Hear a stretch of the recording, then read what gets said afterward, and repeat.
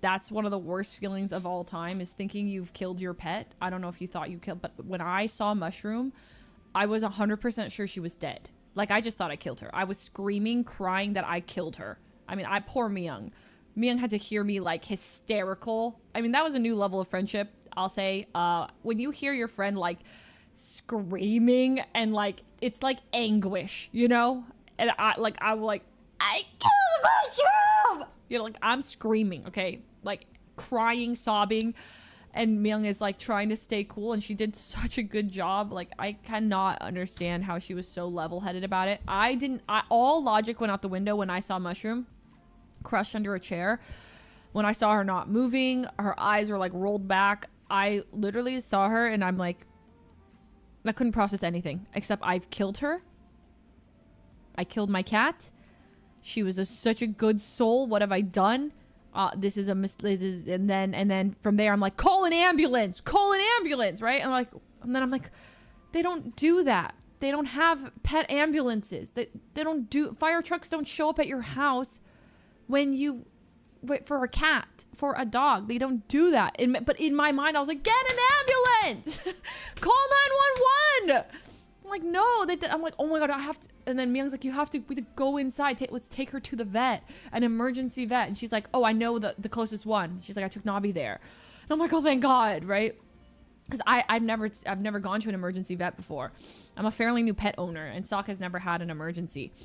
So for me, I didn't know. Oh my goodness. And Miyoung's like, I'll take him. And then I take her. And then I was like, ah! And she was like, get a blanket, get something, and put Mushroom on it. And I'm like holding my limp cat, and I'm just like, oh my God. She's like, get in the car, and I'm like, Miyoung.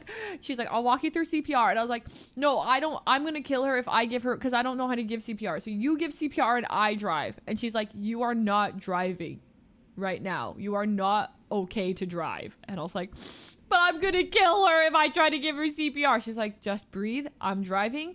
I'll walk you through it. I was like, okay. So she walked me through CPR. Mushroom was breathing. I would stop occasionally. I was about to pass out trying to breathe into Mushroom to make sure she was breathing. And then I would like stop to listen for her breath, and I'd hear Mushroom like, oh my God, that was like everything to me. I was like, she's alive, she's alive, she's alive. Those were the longest 12 minutes of my life. Okay, we speed in there.